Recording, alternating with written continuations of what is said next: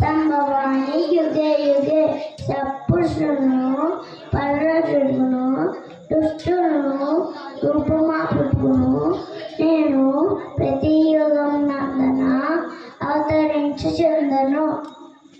అనన్యాసింతయంతో మాం ఏ జనా పర్యుపాసతే నిత్యాభియుక్తానాం యోగక్షేమం వహామ్యహం.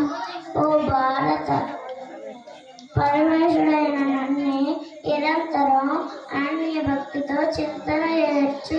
నిష్కామ భావంతో